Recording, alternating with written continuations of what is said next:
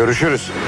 2020'lerde bayağı çok sevilen ve birçok mafya dizisinin başlamasına ilham olan Edo neden bitti ya da neden bitirildi? 6 sezon boyunca izleyiciyi ekran başına kilitleyen bu dizi 7. sezona gireceği gün bir anda ortadan kayboldu. Ne bir final bölümü yayınlandı ne de bir açıklama yapıldı. Herkesin kafasında tek bir soru vardı. Edo neden bitti? İşte bugün bu sorunun gerçek cevabını detaylarıyla birlikte sizlere açıklayacağım. Yayın krizi mi vardı? Oyuncularla bir problem mi yaşandı? Ratingler mi düştü yoksa perde arkasında çok daha büyük skandallar mı yaşandı? Hepsine tek tek değineceğiz. Eşkıya Dünya Hükümdar Olmaz öyle bir diziydi ki yaşlısından tut gencine kadar her yaştan izleyeni vardı. Dizi dile kolay 6 sezon boyunca ortalama 9-10 reytinglerde dolaştı. Son sezonlarda 11-12'lere kadar ulaşıyordu. Düşünsenize şu an halihazırda her hafta konuşulan Kızılcık Şerbeti kadar izleniyordu ve bunu 6 sezon boyunca hep yapıyordu. Ve hala izleyici bıkmadan dizi izlemeye devam ediyordu.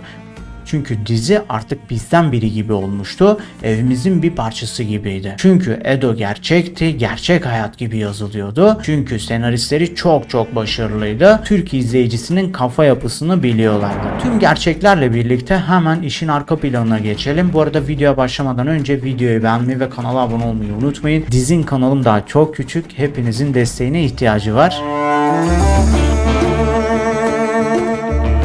Eşkıya Dünya Hükümdar Olmaz 8 Eylül 2015'te televizyonda yayınlanmaya başladı. Başrolde Türk televizyonunun ağır oyuncularından biri olan Oktay Kaynarca yani Hızır Çakırbeyli vardı. Dizi klasik bir mafya hikayesiyle başlamış gibi görünse de izleyici çok kısa sürede fark etti ki bu iş sadece çatışma, silah ve intikamdan ibaret değil.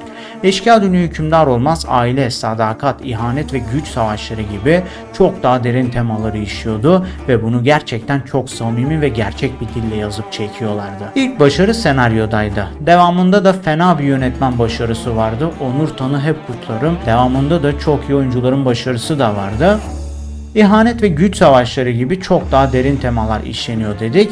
Bu her sezon daha da büyüyerek ilerliyordu.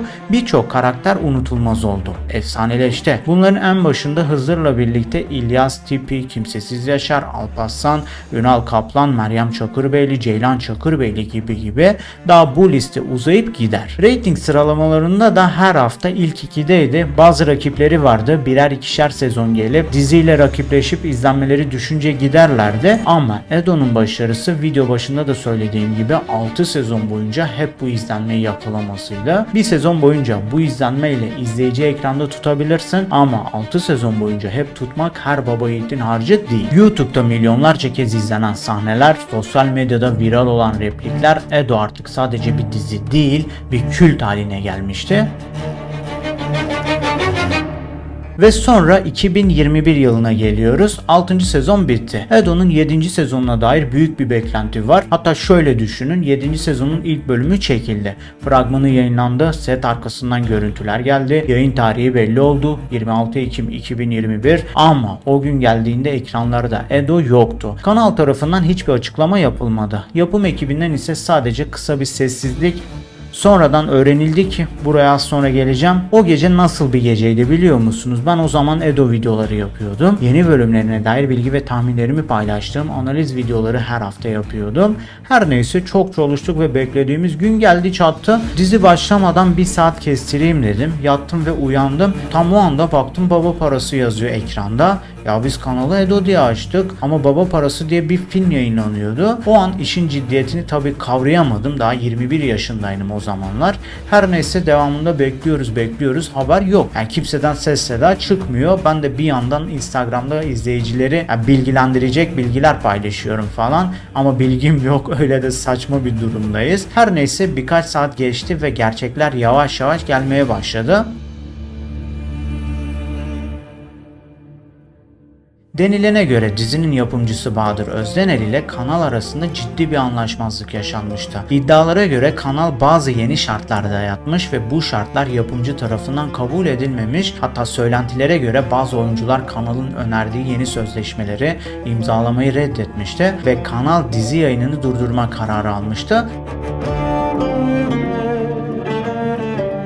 Evet, geldik asıl sorumuzun cevabına. Edo az önceki mevzudan dolayı mı bitirildi yoksa işin içinde bambaşka skandallar mı vardı? Dostlar, o zaman dizi baya konuşuluyordu. Ülkede bir tane mafya lideri çıkıp YouTube'da konuşma yapıyordu, hatırlarsanız. Kendi evinde video çekip paylaşıyordu. O zaman bir gün eşkıya hakkında konuştu ve onun ardından dizi daha bir konuşulmaya başlandı. Dizinin buna ihtiyacı yoktu, açık söyleyeyim. Zaten aşırı izleniyordu. Her neyse, o adam konuştuktan sonra dizi diğer sezonu göremedi ve o yüzden de izleyiciler işi bu mevzuya bağladı. Tabi bir kesim izleyici, tümü değil. Bu adam güya kanala baskı yapmış ve yayından kaldırılmasını istemiş. Kanal da yapımcıya bu yüzden zor şartlarla gelmiş. Yapımcı da bu şartları kabul etmek istememiş. Bu tür lafları çıkaran gazeteciler de o zaman vardı. Adlarını hatırlamıyorum, yoksa kaynak olmaları adına paylaşırdım. Cüneyt Özdemir'in de bir ara neden bittiğini biliyoruz diye imalı bir konuşmasını duymuştum. Ama o laf bu mafya ile alakalı mı söylendi bilinmiyor. Velhasıl Edo'nun adı gerçek mafyaların diline düştü. Gerçekten düştü.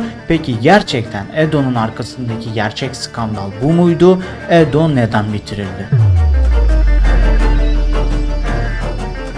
Dostlar, gerçekten işin arkasında mafya mevzusu var mı bilmiyorum. Bilsem de maalesef gelip de söyleyemezdim. Çünkü adamların açıklamadığı şeyi ben maalesef açıklayamam. Ama gerçekten yapımcı ile kanal arasında anlaşmazlık çıktı. Bu bir gerçek ve Edo'nun bitiş hikayesi de böyleydi. Sonrasında çok uğraşıldı. Dizi tekrardan başlasın diye siyasetçiler bile araya girmişti.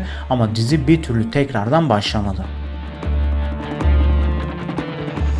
Şimdi önemli bir konuya gelelim. Acaba reytingler mi düşmüştü? Hayır. Edo'nun son sezonu önceki 5 sezonundan daha yüksek reytingler alıyordu. Hatta salı günleri Total ve AB kategorilerinde genellikle ilk 2'ye giriyordu. Çoğu zaman 1. sıradaydı. Tabi o zamanın ekran şartlarıyla şimdinin ekran şartları bir değil. YouTube'da her bölümü milyonlarca izleniyordu. Yani dizinin sona ermesinin reytingle hiçbir ilgisi yoktu. Bu tamamen yönetimsel ve yapımcılık kriziydi. Tabi açıklanana göre, bir kez daha söylüyorum, gerçekleri bilemeyiz. Arka plandaki pazarlıklar, anlaşmazlıklar ve belki de ego savaşları diziyi bitiren asıl faktördü. Edo'nun yayından kaldırılmasının ardından sosyal medya adeta alev aldı. Edo etiketiyle dizi Twitter'da trend topik oldu. İzleyiciler hem yayınlandığı kanala hem de yapımcıya tepki gösterdi. Bize en azından bir final bölümü borçlusunuz diye yüz binlerce yorum vardı, hatırlıyorum. Bazı hayranlar imza kampanyaları başlatmıştı. Kanalı basanlar, kanalı affedersiniz arayıp küfür edenler bile vardı ama hiçbir şey değişmedi. Hatta bazı kullanıcılar Edo'nun 200. bölümünü Netflix gibi dijital sitelerde görmek istediklerini bile yazdılar. Bölümde çok büyük bir şey merak konusuydu. Bölüm fragmanında İlyas Çakırbeyli vuruluyordu. İlyas'ın ölüp ölmediğini soranlar var. Eğer isterseniz o konuyu aydınlatacağım yeni bir videoda yapabilirim. Yorumlarda belirtebilirsiniz.